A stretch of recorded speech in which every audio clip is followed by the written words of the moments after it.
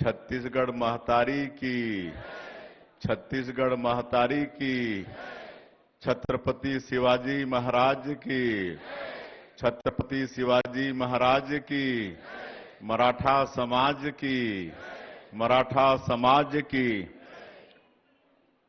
मराठी समाज।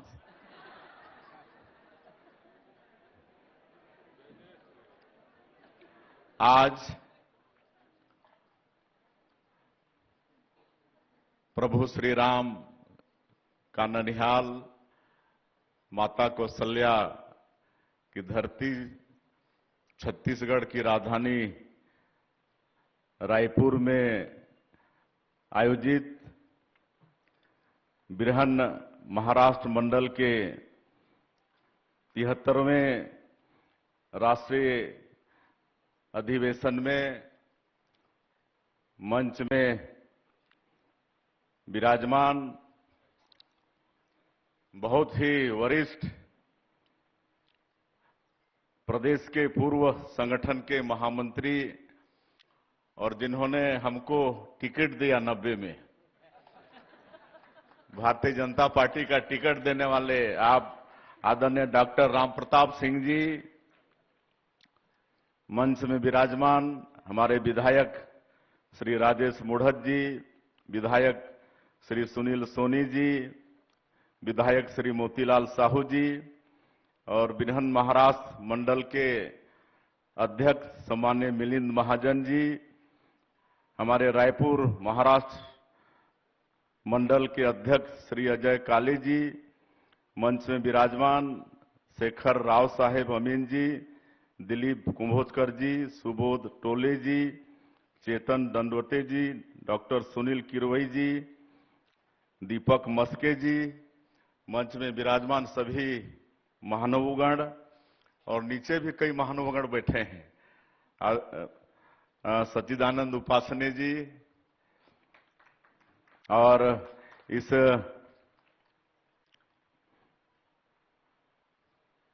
अधिवेशन में उपस्थित बिरहन महाराष्ट्र मंडल के सभी पदाधिकारीगण,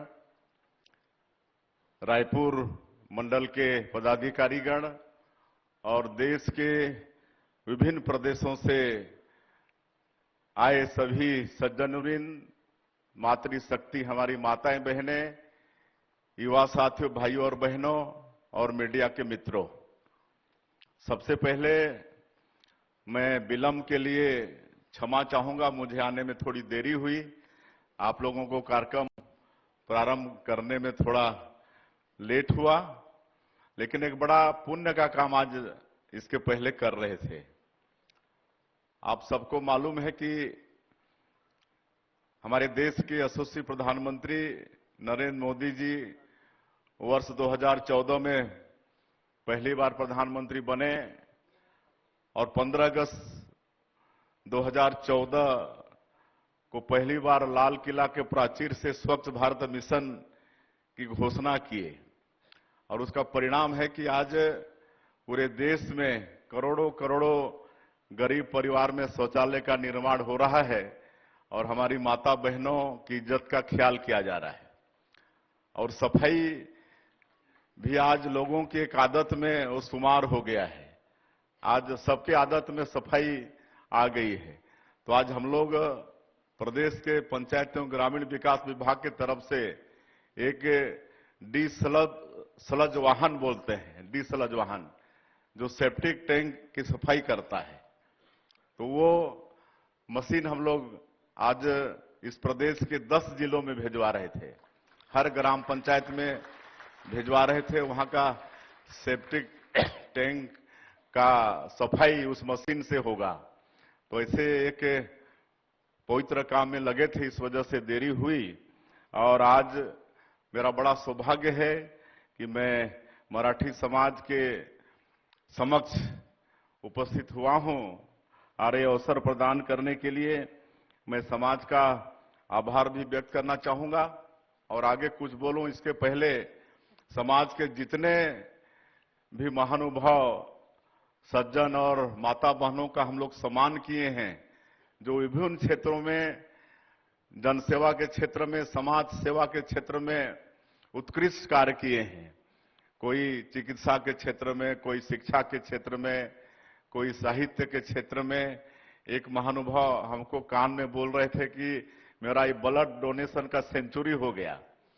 तो ऐसा ऐसा काम जो किए हैं उनको पुरस्कृत कर रहे थे। तो इनका बहुत बहुत अभिनंदन है। आगे भी इसी तरह से समाज सेवा का काम करते रहें। और जहां तक सौभाग्य भी है छत्तीसगढ़ का कि ये बिरहन महाराष्ट्र मंडल का 73वां अधिवेशन हमारे छत्तीसगढ़ में संपन्न हो रहा है। 3 दिन का यह अधिवेशन है। पूरे देश के समाज के बंधुओं का चरण धूलि हमारे छत्तीसगढ़ में पड़ रहा है। तो ये अवसर भी पैदा करने प्रदान करने के लिए मैं समाज का आभार व्यक्त करना चाहूंगा। और महाराष्ट्र और छत्तीसगढ़ भले 2 अलग अलग प्रदेश हैं, लेकिन रिश्ता अटूट है। और एक समय तो हम लोग एक सरकार में रहते थे। सीपी बरार क्या बोलते थे, सीपी बरार सरकार में रहते थे। उस समय राजधानी नागपुर हुआ करता था। और मुझे याद है कि उस समय जब देश आजाद हुआ सन 1947 में, उसके बाद 1947 में इलेक्शन नहीं हुआ था, नॉमिनेट हुए थे, एमएलए सांसद नॉमिनेट हुए थे। तो हमारे दादाजी भी नॉमिनेट भी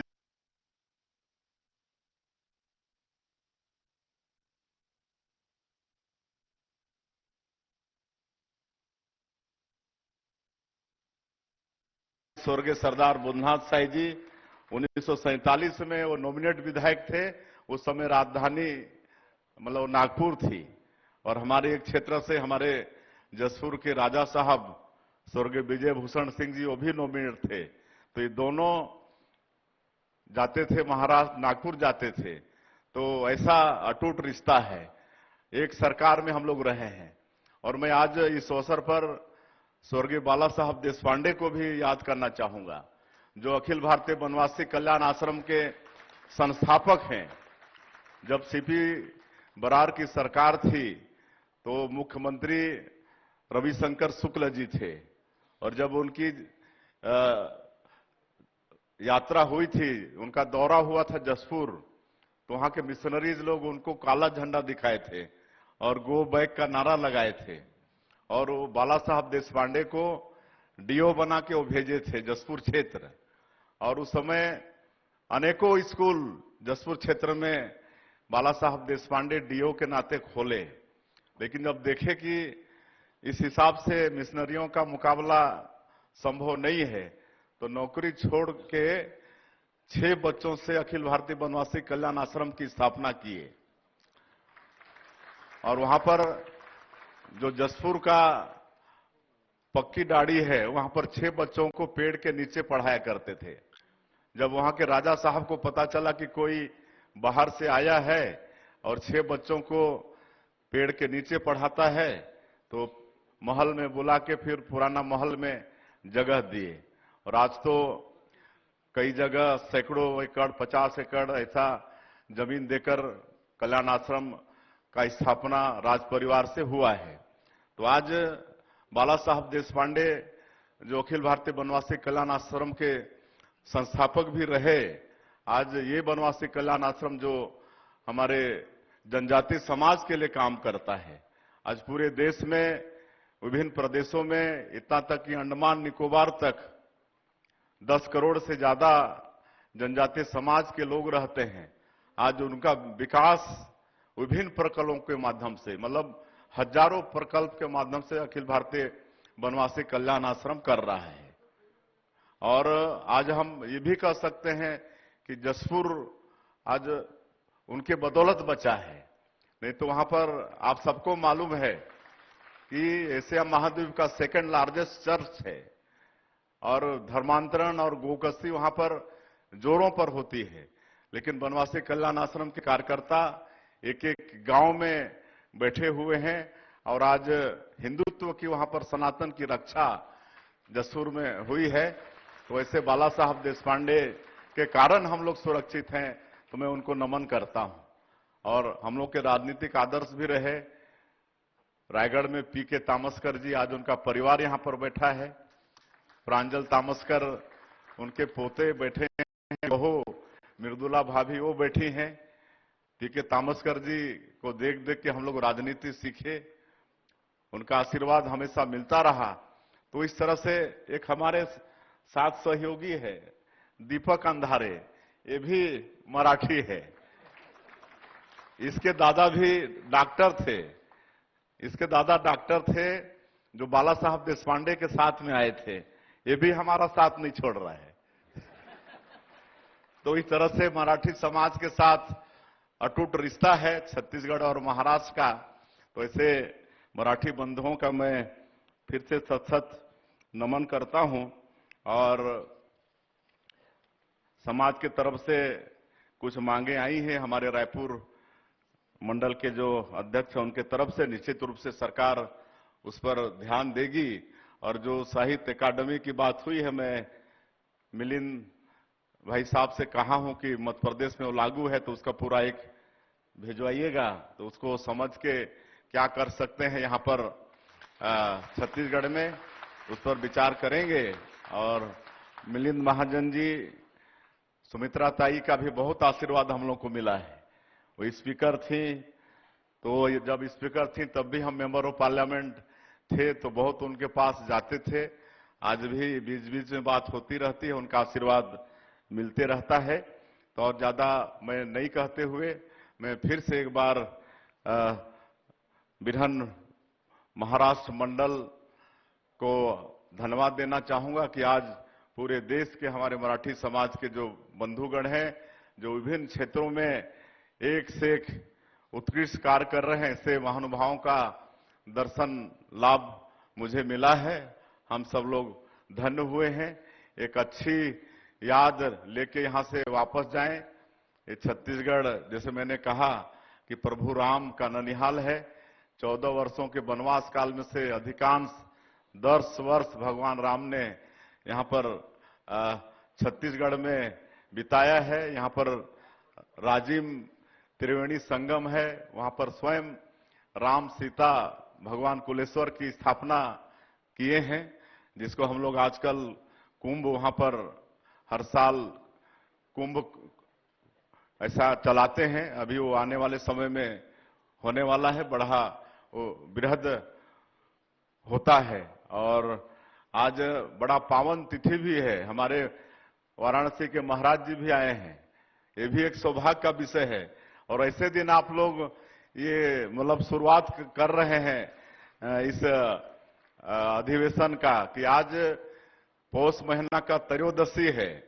और इसी पौष महीना के त्रयोदशी के दिन पिछले साल भगवान राम का प्राण प्रतिष्ठा हुआ था।